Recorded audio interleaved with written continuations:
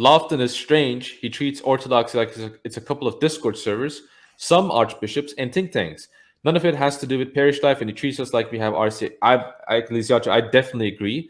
It's the typical case of trying to frame your opponent by taking the worst case examples of that view while completely ignoring the actual essential aspects of that view by forming a completely different opponent and just battling that. He's not really attacking Orthodoxy because he's not interested in covering Orthodoxy. He's really just interested in growing his own image, trying to make himself look good, trying to become this channel, and just trying to use these indecent tactics to draw low quality people, because it's only low quality people or people who have no clue, like generally have no clue, that's going to be attracted to this kind of like low quality apologetics. But the thing about the internet is that it just takes a couple of clicks to know what the truth actually is.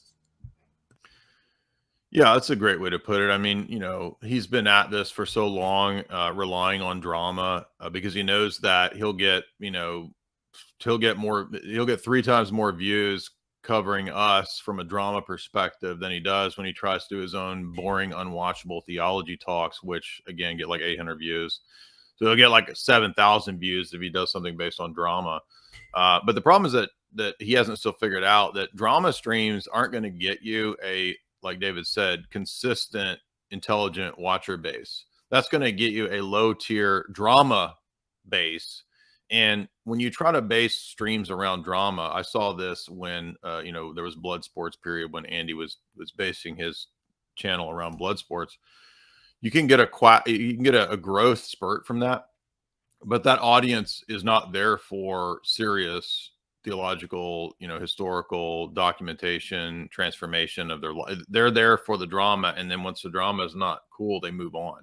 So it's a come and go audience, and the majority of his rambling and oft repeated replies are simply that Orthodoxy's got problems too. You got problems too. Yo, look, they got problems. I mean, if our argument was we didn't have problems and you got problems. Oh, you're muted. Yeah. If our argument was that we have he has problems and we don't, that might be a sufficient response. But the argument has never been that. It's always been the nature of the problems. For example, if your system is built on the papacy, and the papacy is an institution that is defected and taught heresy, then that problem is a unique problem which destroys and cancels out that whole system, right? That's different than saying there's a bunch of corrupt and Skittles priests in Rome, and there's less Skittles priests in Orthodoxy, therefore Orthodoxy is true. But like you said, the majority of his stuff is just straw men, like knocking down positions that we don't hold or that we don't adhere to. He finds like one random Orthodox person saying something, and it's like, look at this Orthodox theologian, dude. Look, I knocked it down, bro. Haha, look. All right, that's like, it's that low tier. So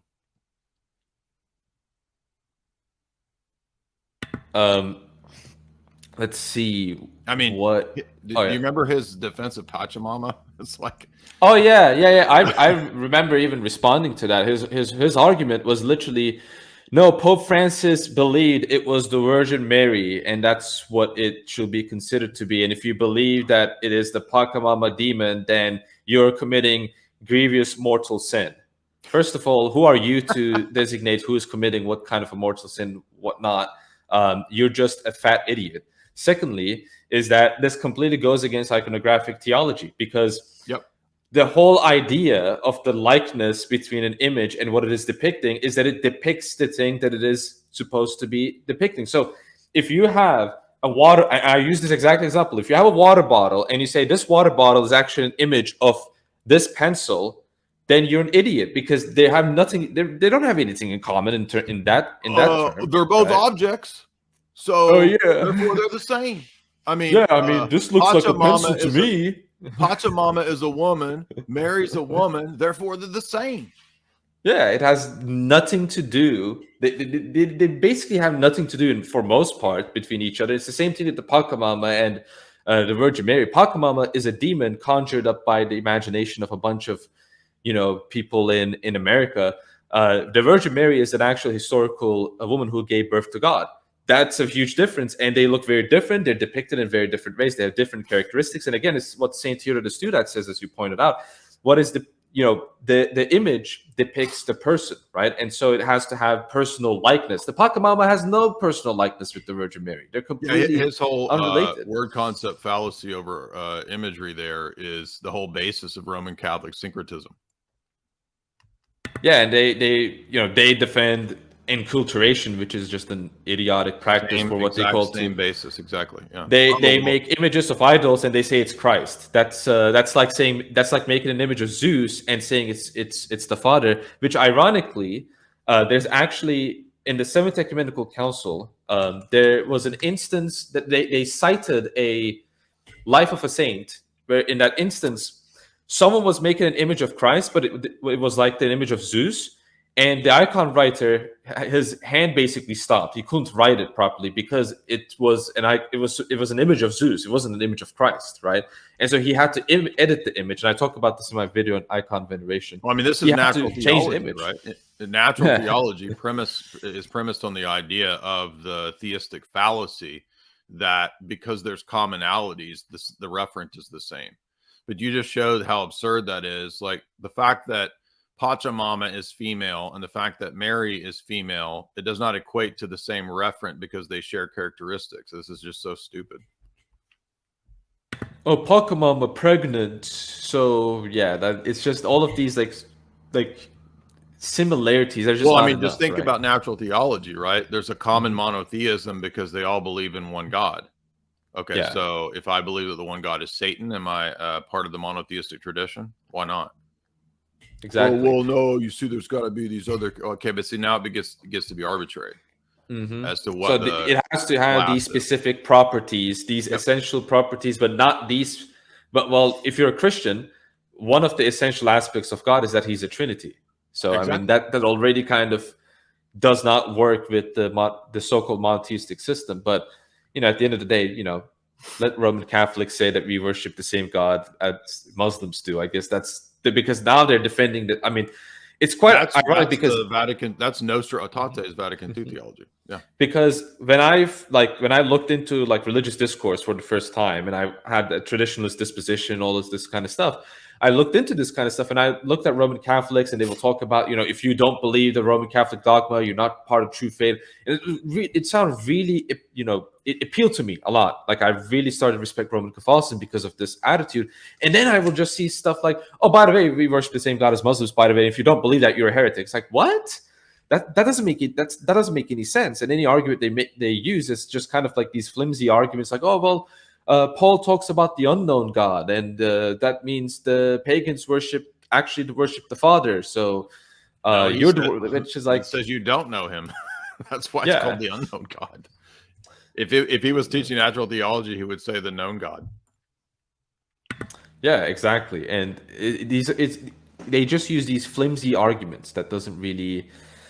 Well, think about once again how many people get tripped up on the word concept fallacy. This is just a version of word concept fallacy as applied to iconography and imagery. I mean, icons, imagery, all of this reality for us is iconographic, right? Everything is iconographic for us, the whole world. And that's why making the mistake in theological discourse from words and sentences of word concept fallacy is the exact same mistake that the Roman Catholic is making with religious imagery in a word concept fallacy. Same move, same mistake by confusing commonalities with identical referent. The fact that there's commonalities does not mean that the referents are the same. Let me give you another example. If I say, this is the example I use, I think in, I can't remember if it was in one of the live streams. Anyway, but I say, I have treasure buried at the promised land, in underground of the promised land. And you fly over to the Holy Land and you find where you think I'm talking about, and you dig up and you find out, oh, there's nothing there. Now, I gave you a place, I gave you a location, I gave you a precise name, I gave you treasure, a specific referent, all of this. And you find out, oh no, I wasn't talking about the Holy Land. I'm talking about the evangelical bookstore down the road from me that's called Promised Land, and I buried 24 gold bars in the basement there. So think about all the commonalities that were there, right? The name, the referent, the gold is there. I mean, you had all these specifics, right, that you thought was a place, and it was a totally different place. So does that not illustrate the fact that just because there's common properties doesn't mean the reference is the same? It's just like so obvious. I can't believe anybody would think that. And it's a bait and switch, right? It's like, oh, Muslim, you and I, we worship the same God because we both call upon one God. And then all I do is I say, well, what about a theistic Satanist who calls upon Satan as the one God? So clearly one God doesn't refer to the same God just because it's, quote, one God. This is really simple. Yeah, and even as you said, even the common properties like omnipotent, omniscient, etc., they don't do. It's like okay, you have conceptually the same idea. That's because in our theology, you can't have you can't scale down the divine attributes and have the same referent. For example, when Basil's arguing with Eunomius, and Eunomius says, "I believe in Father, Son, and Holy Spirit. You believe in Father, Son, and Holy Spirit." If we just took that phrase, would that mean that Basil and Eunomius have the same God? Of course not. Because what Eunomius means by Father, Son, and Spirit is totally different from what Basil's saying. So the fact that it's the same words, and even though there's some overlap, Eunomius could say, I believe in the three omnis. Did Basil believe in the Unitarian concept that Eunomius has? Of course not. And everybody can recognize this. Okay, well then the same applies to Muslims and Jews when they have a Eunomian concept of the one God, and that we don't have that deity.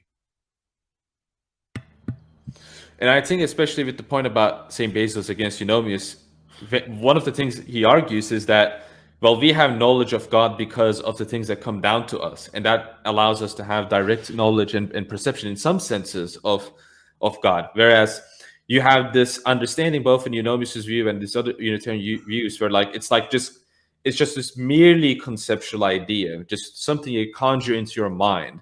And you just have some similarities between these conceptual ideas that you have with other people.